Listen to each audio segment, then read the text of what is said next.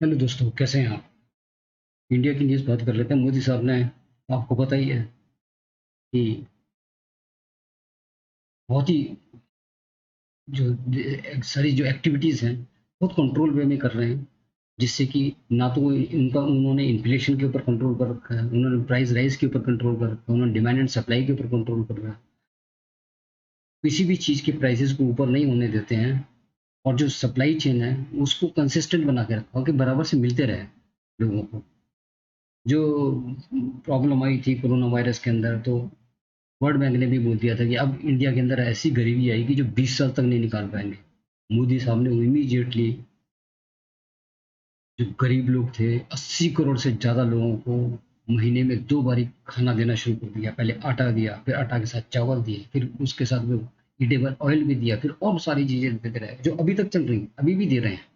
जिससे कि जो उनके पैसे हैं, बचे हुए पैसे जो खाने में खर्च होने चाहिए थे, वो पैसे बचाकर वो दूसरी ज़रूरती चीज़ें कर लें या सेविंग कर लें।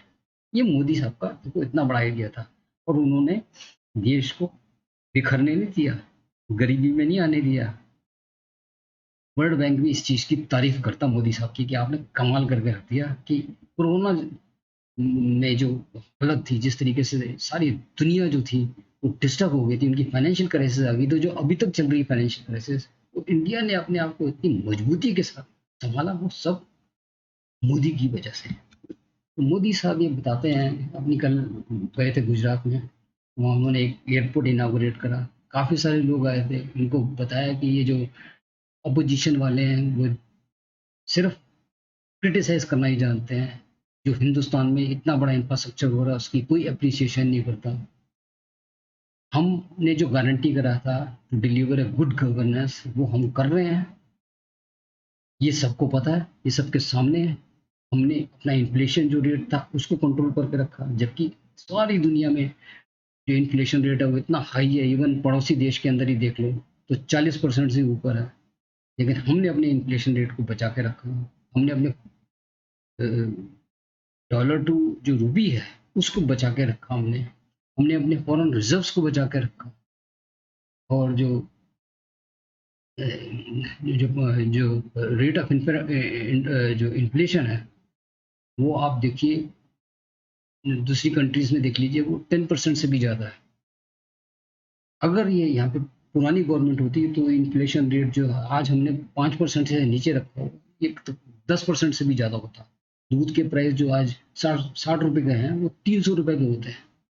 तो अपोजिशन जो है वो इस एक्टिविटीज़ को कभी कंट्रोल कर ही नहीं सकती थी। हमने ऐसी सिचुएशन के अंदर जो कि कोरोना वायरस के टाइम पे, और जो अभी यूक्रेन वॉर चल रही है, हमने अपने जो फाइनेंशियल इंडिकेटर से उनको अपने कंट्रोल में करके रखा है, जो कि अपोजिशन पार्टी ऐसे सिचुएशन में कर ही नहीं पाती है। और जो है, जो जैसे नेबर कंट्री में उन्होंने बताया कि 25 से 30% या इवन ओवर दैट, इवन 40% तक उनका इन्फ्लेशन रेट गया हुआ है। और हमने जो है पॉवर्टी से निकाला, तो आईएमएफ ने भी बोला कि 41 करोड़ से ज़्यादा जो है गरीबी रेखा से ऊपर आ गए हैं। और उन्होंने ये भी बताया कि जो प्रीवियस गवर्नमेंट थी, वो जो थी वो उसके टाइम, चलो एक छोटी सी एग्जांपल लिया उन्होंने, उनके टाइम पे जो टेलीफोन का बिल आता था वो 6,000 रुपया आता था। 1 GB जो डाटा था वो 300 रुपये का आता था। कहता आज हम 20 GB डाटा 300 रुपये में दे रहे हैं, मोदी साहब ने बोला।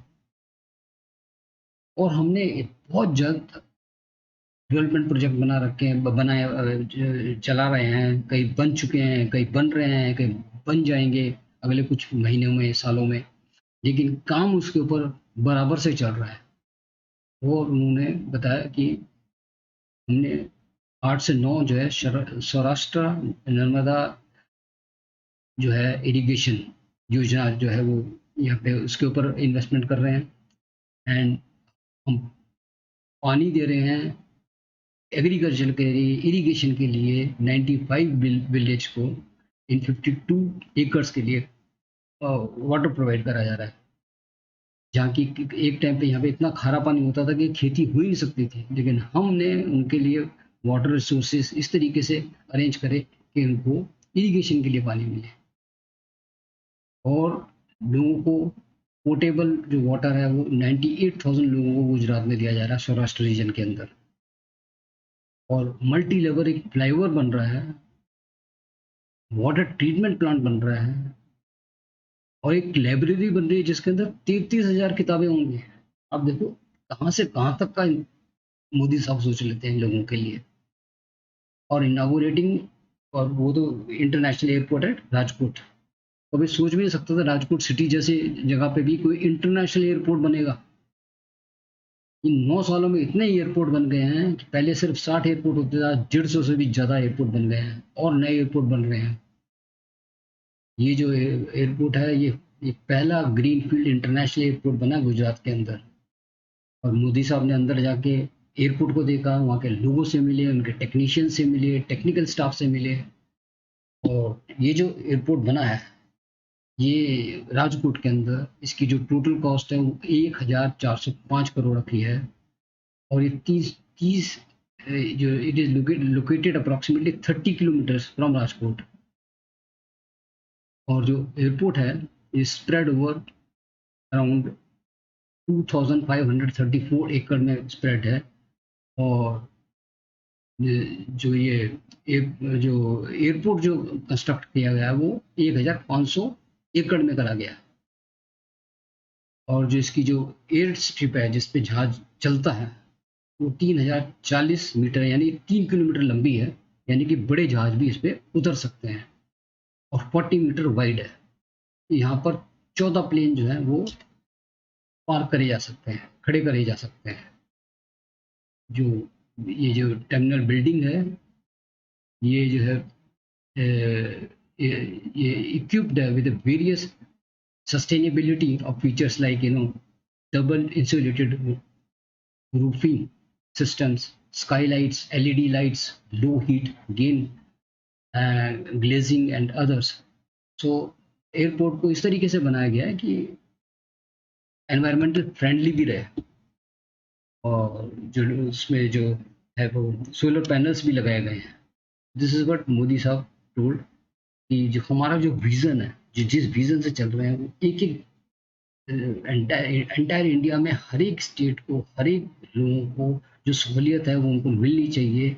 चाहे वो ट्रांसपोर्टेशन है, चाहे वो उनकी एग्रीकल्चर से रिलेटेड है, चाहे वो एजुकेशन से रिलेटेड है। He is so much concern about this thing, about the is always thinking about people of India है। दूसरी तरफ जो मोदी साहब हैं, जैसे मैंने आपको बताया कि बहुत दूर का सोचते हैं। वो चाहते हैं कि सब लोग जो है उनको पता होना चाहिए, अवेयरनेस होनी चाहिए कि हिंदुस्तान की जो सिविलाइजेशन है वो कितनी पुरानी थी और कैसे शुरू हुई थी, कितने साल पहले शुरू हुई थी।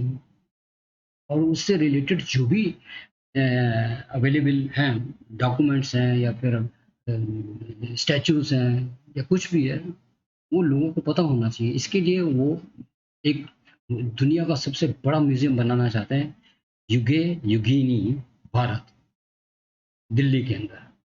और ये जो म्यूजियम है, इसकी जो कॉस्ट रहेगी वो जो वो काफ़ी एक्सपेंसिव रहेगा। और इसके अंदर जो है जितने भी जैसा मैंने आपको बताया, जो डॉक्यूमेंट्स हैं या फिर स्टैचूज हैं या उससे रिलेटेड जो भी है वो चीज़ें रखी जाएंगी, स्टार्टिंग फ्रॉम 5,000 से लेके अभी तक के जो है एक हर एक जो इंडियन है उसको we should be aware about कि हमारी सिविलाइजेशन कितनी पुरानी है।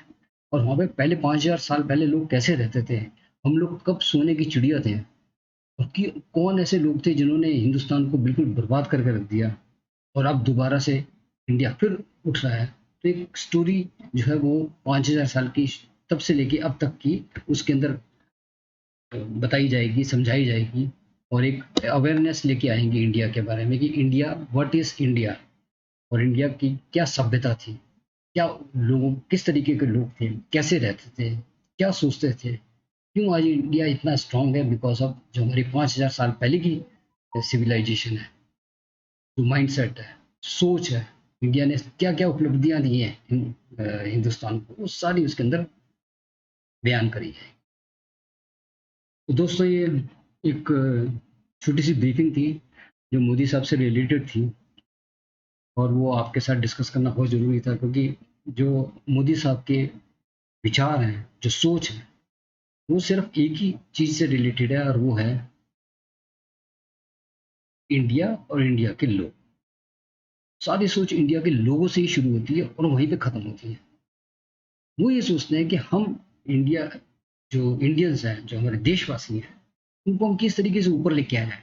आज मिडिल क्लास जो है वो नीचे से ऊपर कितना आ गया है, उसकी स्टैंडर्ड ऑफ लिविंग कितनी बढ़ गई है। क्यों? क्योंकि उस तरीके का एनवायरनमेंट दिया गया, उस तरीके का रोजगार दिया गया, उस तरीके का एम्प्लॉयमेंट दी गई है। और इंडिया के अंदर ज़्यादा से ज़्यादा इन्वेस्टमेंट आ रही है। उस इन्वेस्टमेंट के वजह से नौकरियां लोगों को मिल रही हैं। उसकी वजह से रेवेन्यू इंक्रीज हो रहा है। तभी तो हम फिफ्थ लार्जेस्ट इकोनॉमी है इन द वर्ल्ड, और अगले 2-3 साल के अंदर हम थर्ड लार्जेस्ट बन जाएंगे। The way we are progressing, हमारी जो ग्रोथ रेट है, जो भी अभी 6.4% है, but it will be increased further, and within a span of 2 to 3 years or 4 years, India जो है वो थर्ड लार्जेस्ट इकोनॉमी बन जाएगा। तो इसका बेनिफिट किसको जाता है? ये जो यहाँ पे जो नए नए इन्वेस्टमेंट मोदी साहब किसी ना किसी तरीके से लेके आते हैं, कन्विंस करते हैं लोगों को, एक ट्रस्ट लेवल क्रिएट करते हैं, जिसके अंदर वो जो है वो इन्वेस्टमेंट इंडिया के अंदर आता है। उससे क्या एडवांटेज आता है कि नई कंपनियां खुलती हैं, नए नए से नए प्रोडक्ट बनते हैं इंडिया के अंदर, और उसका देखो डायरेक्टली इनडायरेक्टली बेनिफिट होता है। उसके अंदर रेवेन्यू जनरेट होता है, टैक्स रेवेन्यू जनरेट होता है, एम्प्लॉयमेंट तो आती आती है, जैसे मैंने आपको बताया। शेयर मार्केट आज की डेट में क्यों स्ट्रांग हो गई? आज हाईएस्ट लेवल पर पहुंच गई, 66,000 से भी ऊपर पहुंच गई मार्केट। जो निफ्टी है वो 20,000 कभी भी क्रॉस कर सकता है।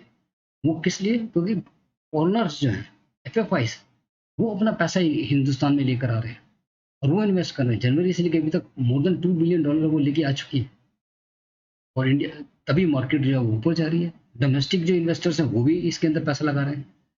तो एक कॉन्फिडेंस बिल्डअप हो रहा है, शेयर मार्केट के अंदर कॉन्फिडेंस बिल्डअप हो रहा है, एक फॉरनर्स का इंडिया के ऊपर कॉन्फिडेंस बिल्डअप हो रहा है, एक ट्रस्ट लेवल इंक्रीज हो रहा है। और जैसे जैसे कुछ लोग आ जाते हैं, जैसे फॉरेन इन्वेस्टमेंट आती है, जो दूसरे हैं जिनके पास अपना पैसा पड़ा फॉरनर्स के पास, वो देखा देखी में वो लोग भी आते हैं। वो भी समझते हैं कि क्यों इंडिया के अंदर लोग इन्वेस्ट कर रहे हैं, क्योंकि इंडिया ने, मोदी साहब ने अपने 9 साल के अंदर इतना बड़ा इंफ्रास्ट्रक्चर तैयार कर दिया है। चाहे वो रोड है, चाहे वो रेल है, चाहे वो पोर्ट है, चाहे वो इलेक्ट्रिसिटी है, चाहे वो वाटर है, चाहे वो स्किल्ड लेबर है। इतना बड़ा मजबूत उन्होंने इंडिया बना के दिया है, जो कि हर एक हिंदुस्तानी को गर्व करना चाहिए।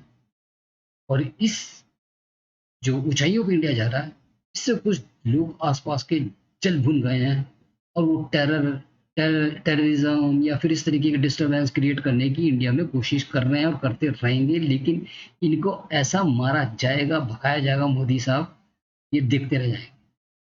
थैंक यू वेरी मच आप लोगों ने, और we should be thankful to the mister mister Modi and his team.